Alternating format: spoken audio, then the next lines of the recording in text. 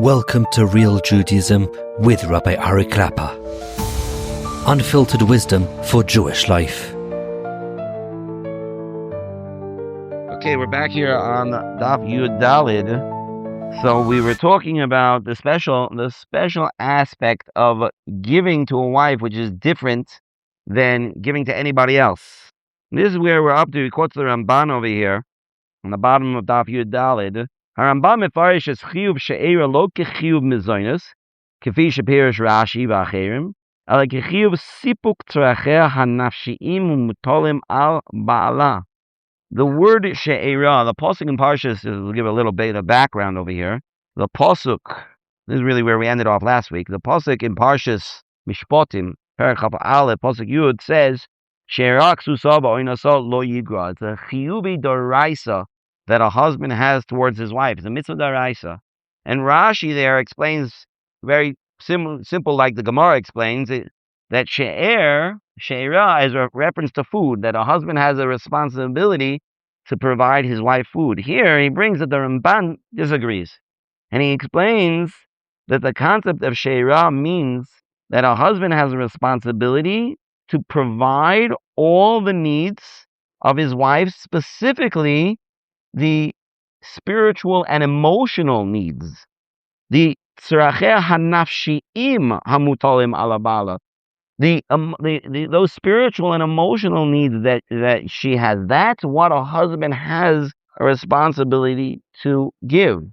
And the truth of the matter is that this nekuda is extremely important, because it actually gets to the very root of what this mitzvah is. What is the mitzvah, or the three mitzvahs of she'era ksusa v'oinasa? What are they? And he doesn't mention it over here, but there's a Tosfos in Maseches Yevamos that talks about being mekayim the mitzvah of oina even when a woman is in nida. How can a person be mekayim mitzvah of oina when a woman is in nida? It's a pashut aser, right? It's a chiyuv kares. So he explained over there that the shoirish of the mitzvah of oina is this nekuda, this point, that a man has a responsibility to give his wife her time, to show his wife how much he cares about her.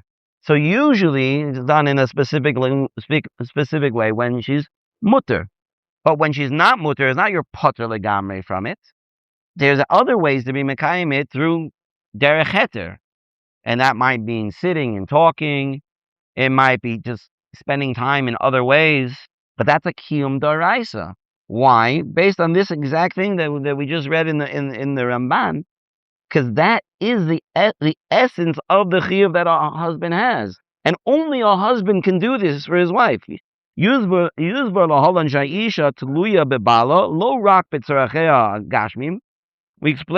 explain further on that a woman is not only dependent on her husband for her physical needs, but also her spiritual needs are incumbent on a husband to provide for his wife. Nafshi literally means soul, right? His nefesh, his soul. So nafshim. So I translated it as like a cross between emotional and spiritual. Certainly, it doesn't mean physical, because he just contrasted it to gashmiim, right? Which means physical. So nafshi means all the other needs, which are more, right? Elagam, for sure. That's what he said. The etzem chiyuv of she'era ksusa v'oinasa are physical. They certainly are physical. But the root of the mitzvah is much deeper than that.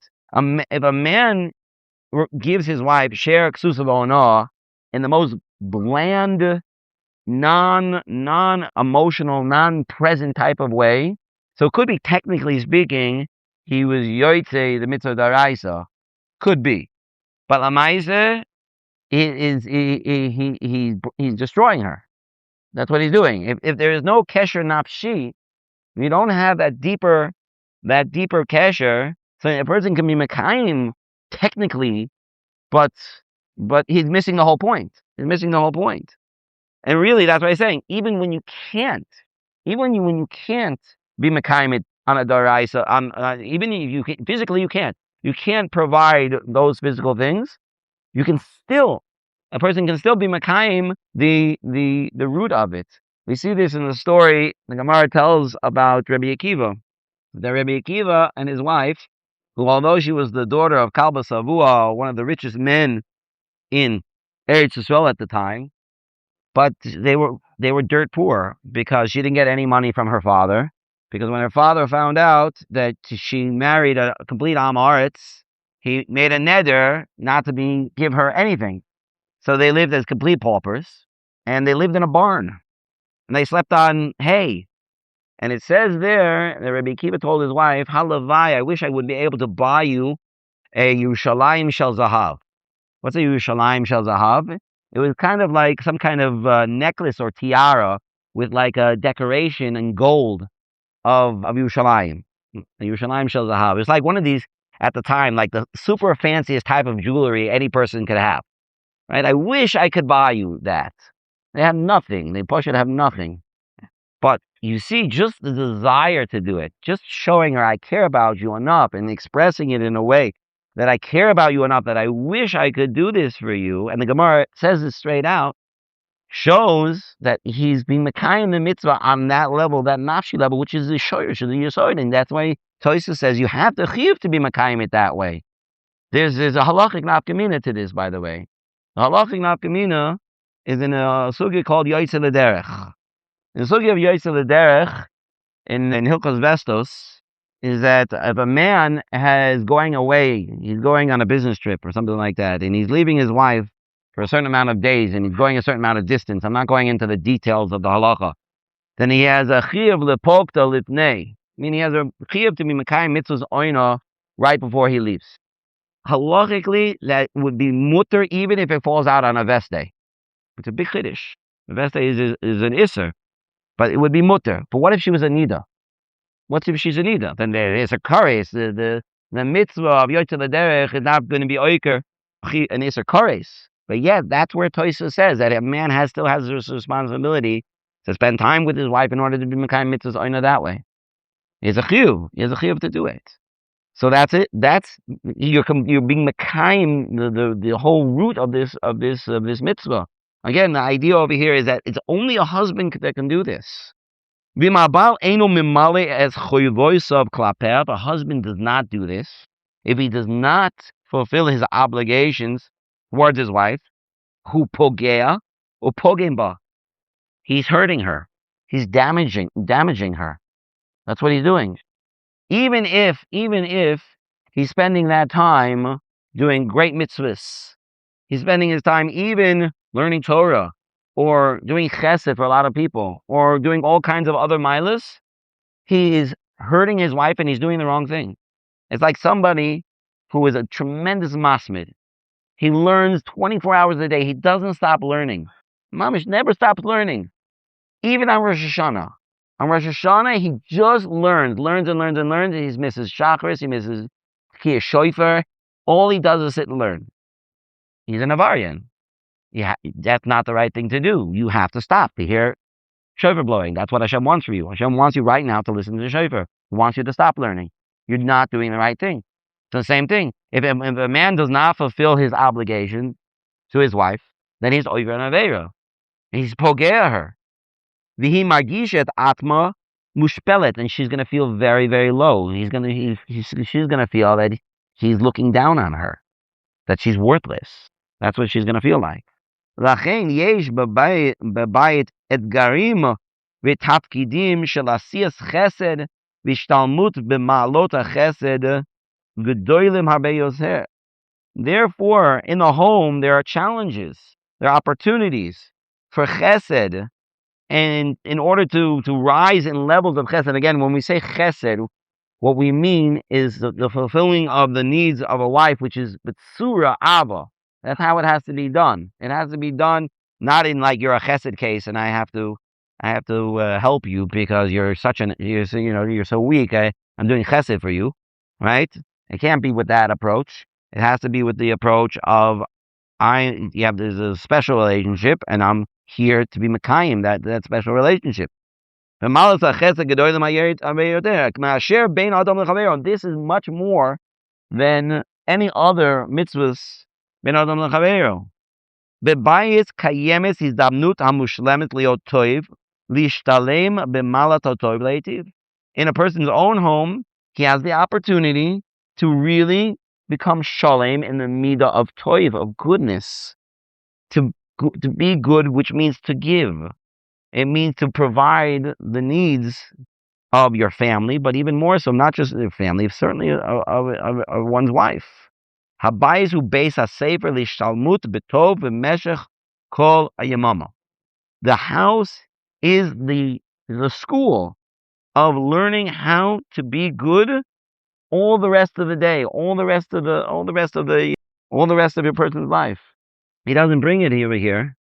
We're on the top of Daf Tezvav with the fourth line. He doesn't bring it over here, but I believe it's brought down in the Sefer Binyan Habayis, and I believe it's in the name of the Reishis Chachma, although I don't remember 100%. It says that if a person cannot even can't understand what it would mean Avas Hashem unless they're married first. A person wouldn't be able to understand Bechlal. How could somebody who's single ever reach Avas Hashem? It's a good question. I don't know. Maybe they can't. Maybe they can't reach Avas Hashem without getting there. You can't reach Avas Hashem. So this is just one example of what he says over here, that it's a base sefer, that this is the place, this is the school. This is the school to learn how to behave the rest of the day. This is where we learn how to do it. It's very unfortunate that for a lot of people, it's the opposite. I'll give you say an example. I was once in a car with somebody. He's a big, objectively, he's a big Baal Chesed. There's a lot of Chesed for a lot of people, both for the individual and for the tzibur. Very big person is big Baal Chesed. And he was giving me a ride once somewhere. And this is the type of guy that he sees a tramper, he wants to pick up everybody on the road, right? But it happened to be that his car was already full with his family and me. The full, one thing you can't do if your car is already full, so you just can't pick up anybody else. It's just. But as we're driving down and he sees another tramper, he's like, "Oh, I'm so sorry, I can't pick you up. I'm so sorry, I can't pick you up." You see, because he has a leiv of chesed. But I said to him, "You're taking your family. You're doing what you're supposed to do. That's what it is. You're taking your family is no worse than taking anybody else. If anything, it's better. It's not like, oh, I get the mitzvah if I take somebody else, but if I take my family, then it's nothing, right? It's unfortunate that some people look at it like that. Because really, that's what they say. Chesed starts at home. Lamaisa, we have to look at it that way also. Why should my family be any worse than a stranger? B'kol ishiuso hein begufo hein benafsho. With a person's whole, their self, who they are, whether it's with their body or with their soul, with their effort, with everything they put in. That the home is the place where they really build up this milah of what tov is, of giving, of being able to fulfill the needs of others, much more than a stranger, somebody, or not a stranger, somebody who's not in your family. And in a certain way, it's actually much more challenging also, because with a stranger or with somebody you help, whatever, your friend or neighbor, whatever, you help them once or twice, and wow, they're so grateful, thank you so much, and you feel good about it. But with the family, a lot of times, especially with the kids, you help them once, you don't get a thank you, and then you need to help them again anyway, and you have to help them again anyway, and there's no end. And lav davka, you're gonna get the hakaras hatov that you're looking for. And lav davka, you're gonna get that that chizuk. Obviously, there's a certain form of chinuch for hakaras hatov in the house also. That's certainly true, and that also certainly stems from the husband. A husband shows his wife hakaras hatov. Children will learn that too. They'll also learn it from there. But lamaisa, a lot of times it's much more frustrating. It's much harder. But adarabba, then you know how to do it there. You'll be able to do it anywhere else. Utmunos bo efshorius gedolos. There is hidden in tremendous opportunities. Avon sichnus gedolos leikashel, but there are also great dangers that a person might fall. With all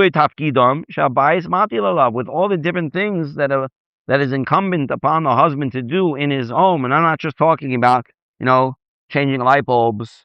Does anybody do that anymore? Change light bulbs? Yeah. So, right. these LEDs, right? I don't know. They last for a lot longer. Some of them still have to be changed. But Lamaisa, there are a million different things that that a person has to do in their house, and there are tremendous, not only opportunities to grow and to do good, but also many pitfalls. If he doesn't properly address them when he comes to build his home. So now our chelik, or not chelik beis, we're still in Perek Rishon, is beis. Kenegdo shoyin mimenu. So wait, just to answer the question, just to make a sikum, HaKadosh Baruch Hu Dafka created a man and a woman together, like we said 2 weeks ago, was so that they should have a natural feeling of achdus. But Hashem wanted them to be kenegdo so that we could possibly give to the other one. And even though it's possible to give to other people as well, Hashem wanted to create a special kesher between a husband and wife, that you have the opportunity to give to somebody that nobody else has the opportunity for. And certain things that can be given only by the husband that they can't be given by anybody else. And HaKadosh Baruch Hu knows that this is the best good that a person can have, and that's why Hashem Dafka wanted it to be that way. So now, starting Ois Beis, Hasvorno, this is called kenegdo shoyni mimenu. She's opposite and different than you. Hasvorno mifarish is kenegdo. Kanichnas lekaf neged davar acher. Kaf means a scale, right? If you put something on a scale, two opposite things, kishiyesh shaba lo bishakel ye negdo bekav yashar. When you put something on a scale, in the old-time scales where you were weighed two things against each other, how did you know how much something weighed? You put weights on one side, so you put a kilo weight, a 5-pound weight on one side, and then you put other things on the other side and piled it up until it became even. And you know that was the weight of what you were selling. So that's what he's saying when he says kenegdo. So the Sforno says that what we're talking about is like a scale. It's kenegdo, that it's like she said it's shaveh lo b'shekel, meaning b'mishkal, that it's evenly weighed out. What does that mean? So he's explaining that when HaKadosh Baruch Hu created the first woman, she was equal to him in the form and in the structure, meaning being a human being, man and a woman both look like human beings. Obviously, they physically look different, but they have a very similar, human look to them. So this is necessary in order for them to know what the needs of the other one are. In other words, because we're both human beings, we're going to eat the same food, right? We both understand that there are certain basic human functions that are necessary, and with regards to that, we can recognize that we both need the same things. Amnam, however, loya roishi ha'ezer shavalo legamri, says, but it's not equal. It's not completely equal. Ki az loy haya roishi yavod v'sharet echad mehem lechaveru. If they would be completely equal, then it wouldn't be proper for one to help to serve the other. Kenegdo, what does the word kenegdo mean? Mitbata epo atzada shava mulo. The word kenegdo is mashma that they're equal. They're opposite, equal. V'gama shoni eno kamoisoi. Right? The difference is, we see that they're not exactly the same. There are some differences. Meaning there's two words. There's kenegdo and there's ezer. Kenegdo would imply that they are equal, and ezer means that there's still a place for help. It means one is helping the other. One is doing for the other. So then, to a certain degree, they are equal, and to a certain degree, they're not. Ilu hayu shavim. If they would be completely equal, lo hayta efshot litrom lizulaso ma shelo haya lo ba'atzmo. If they would be made completely equal, it would not be possible for one to help the other, because they wouldn't be giving them something that they don't have already. HaKadosh Baruch Hu Davka had to make them different and not equal in order so that there would be a place for one to give to the other. It's similar to like a puzzle, right? If you have two pieces of a puzzle, if both pieces of the puzzle were sholem, were completely whole, so then the two pieces wouldn't be able to attach to each other. It's specifically because one is missing a piece and the other one has an extra piece that they have the ability to connect to each other. If both of them had an extra piece, or both of them were missing a piece in the same place, they also wouldn't be able to connect to each other. So a dafka has to be that they're not equal in order to get to the point where we can see that there is a purpose for the certain non-equalness in order to create the relationship that's supposed to be created. We started a little bit late, so let's just try to do one more paragraph. In order to know how each person should relate to the other, we have to recognize the differences. We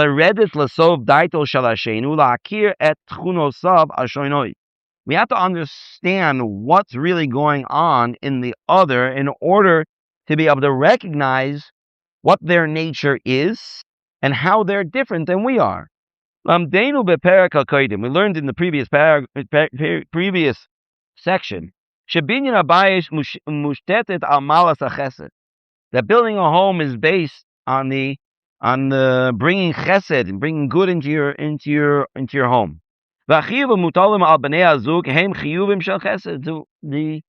base, the Torah base, the philosophical base that the home is based on, that a relationship between a husband and wife is based on, is chesed.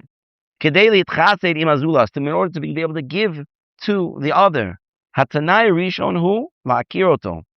The most important basis to be able to do this is to be able to recognize the other. What is their nature? What do they need? And because those things at different times mean different things.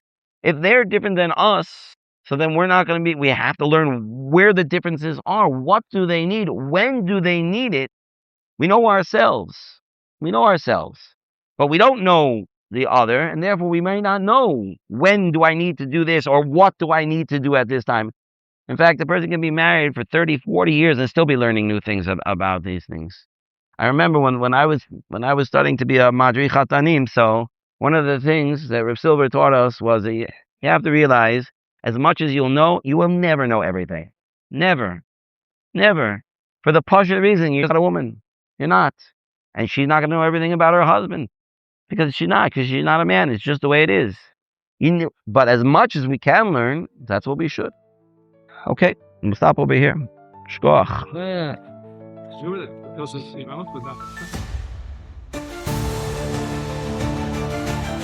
Thank you for joining Real Judaism, where we explore Torah's wisdom for real life. Created by J Foundations and produced by Eli Podcast Productions. Find more episodes at realjudaism.org and subscribe wherever you listen to podcasts.